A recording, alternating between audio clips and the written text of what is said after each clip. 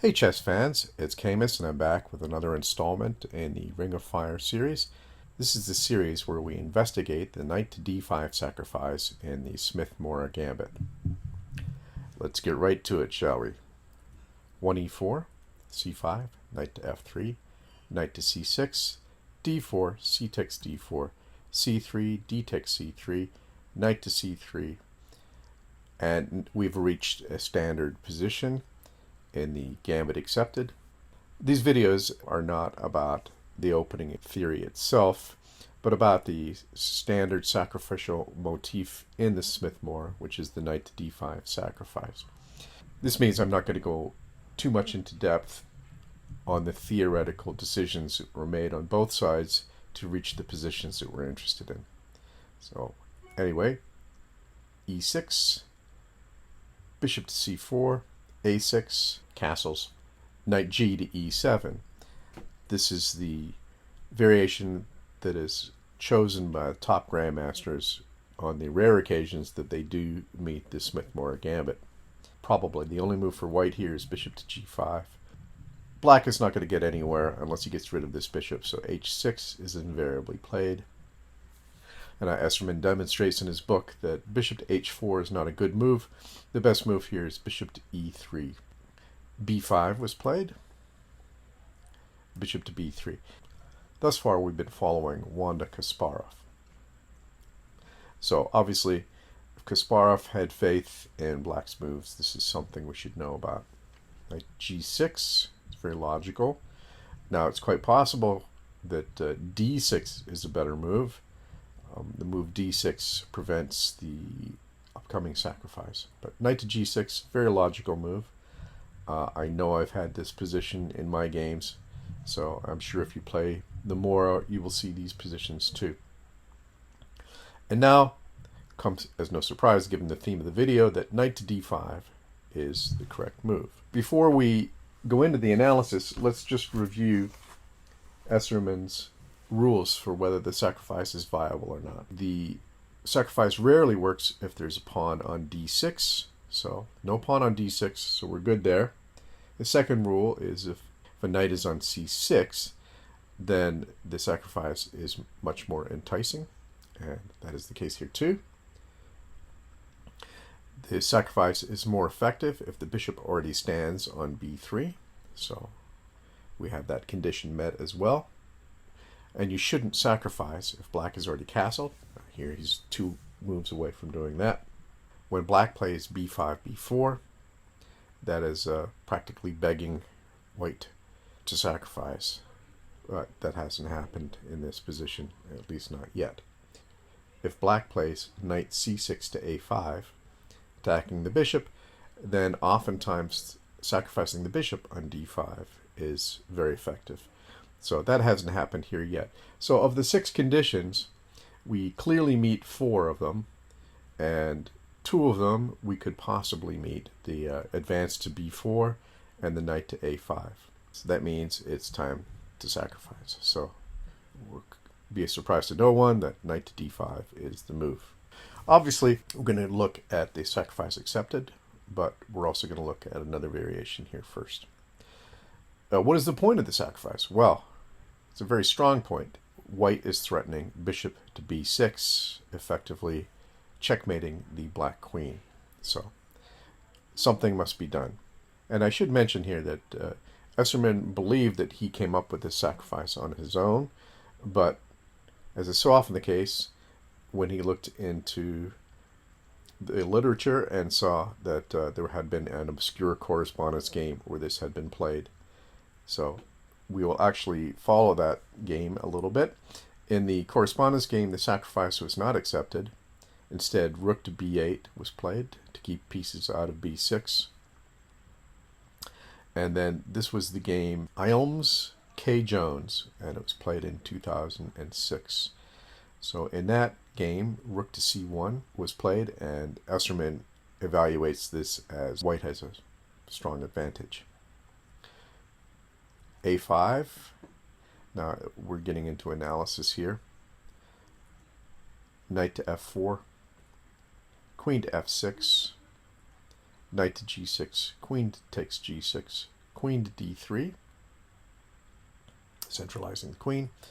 Knight to b4, after queen to d4, knight to c6, and now a nice exchange sacrifice. Rook takes c6, d takes c6, queen to a7, which is the point of the exchange sacrifice. And now this rook is in an uncomfortable position.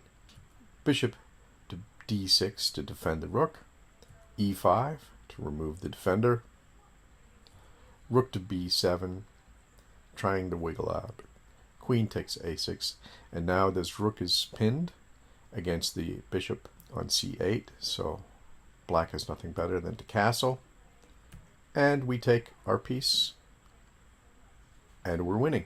We have an extra piece and a good position. So that's what could have happened. Now it's likely that there may be some sort of improvement for black in that line. Rybka seemed to believe this is best play for both sides. All right, let's go back to the position of the sacrifice. Knight to d5. Obviously, we want to know what happens after the sacrifice is accepted. So e takes d5, and now black has a number of possibilities. You can play knight to a5, as we mentioned. Rook to e1, setting up discovery on the e-file, with the bishop to b6 being a particularly potent version of that discovery. Bishop to e7 to plug the file up, and now d6, which is so often the point of these knight to d5 sacrifices. Black has a little better than knight takes b3, a takes b3. Black has no way to save the piece, so he just decides to give it back, get his king to safety. Queen to d5, beautiful centralization move, hitting the rook in the corner. So rook to b8, d takes e7, knight takes e7, and now queen to d6 with a positional bind. Now Esserman ends his analysis there, but I wanted to see just how difficult this position was. So I've analyzed three possibilities in this position. The first is rook to b7 is one way to save the rook. Bishop to c5, knight to g6, knight to e5, knight takes e5, rook takes e5, rook to e8, bishop to b6, exclam, rook takes b6, rook takes e8, queen takes e8, queen takes b6. And we have an exchange for a pawn, but I think most people, including myself, would rather play white in this position. Okay, so going back, after queen to d6, second possibility is knight to c6. It's logical, getting the knight into a better square while protecting the rook. But surprisingly, white has a nice sacrifice here. Bishop takes h6, g takes h6, queen takes h6, d6, in order to get the bishop doing something. Rook to e4,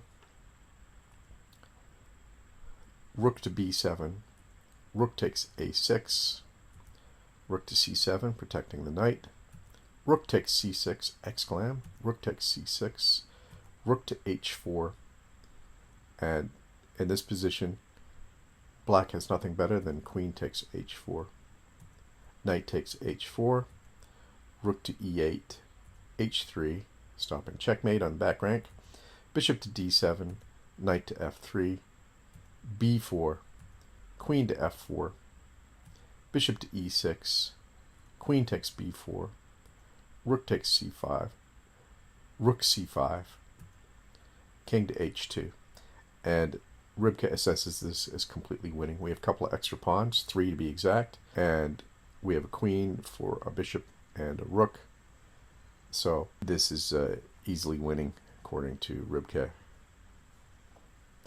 Let's go back to the final possibility here. After queen to d6, you could also play bishop to b7, threatening the knight on f3, or at least threatening the pawn structure on the king side, I should say.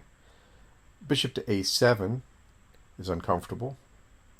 Rook to a8, rook takes e7, rook takes a7, rook takes d7, queen to b8, queen to e7, bishop takes f3, rook takes a7, bishop to d5, rook 7 takes a6.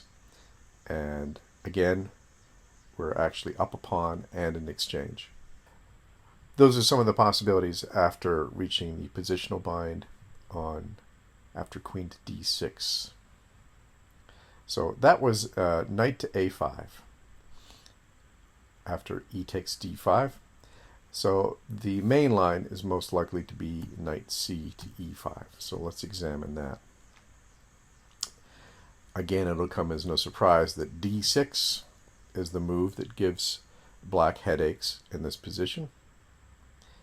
And now queen to f6 is the move Esserman analyzes, but he also has other possibilities here. He can play bishop to b7, knight takes e5, knight takes e5. And now he can play either f4 or bishop to f4. Let's look at bishop to f4, f6, bishop takes e5, f takes e5, queen to h5 check, g6, queen to g6 is mate. So let's go back. After d6, instead of bishop to b7, let's look at queen to f6. Knight takes e5, knight takes e5, bishop to d4 with an ugly pin. f4 was also good in that position, not quite as strong. Queen takes d6. Well, he also has bishop takes d6. Let's look at bishop takes d6 for the sake of completeness. f4, castles, f takes e5. And we're winning another piece on d6 because of the attack on the queen from the rook on f1. Utterly winning. So let's go back. After bishop d4, instead of bishop takes d6, queen takes d6, and then rook to e1, bishop to e7, countering the pin, bishop takes e5, queen takes d1, rook a takes d1, castles, bishop to d5, exclam, rook to a7, and now bishop to d4, and that wins because we have a twin threat of rook takes e7 as well as bishop takes a7. So pretty convincing analysis both from Esserman and Rybka that the knight to d5 sacrifice in this very topical line, namely this position here.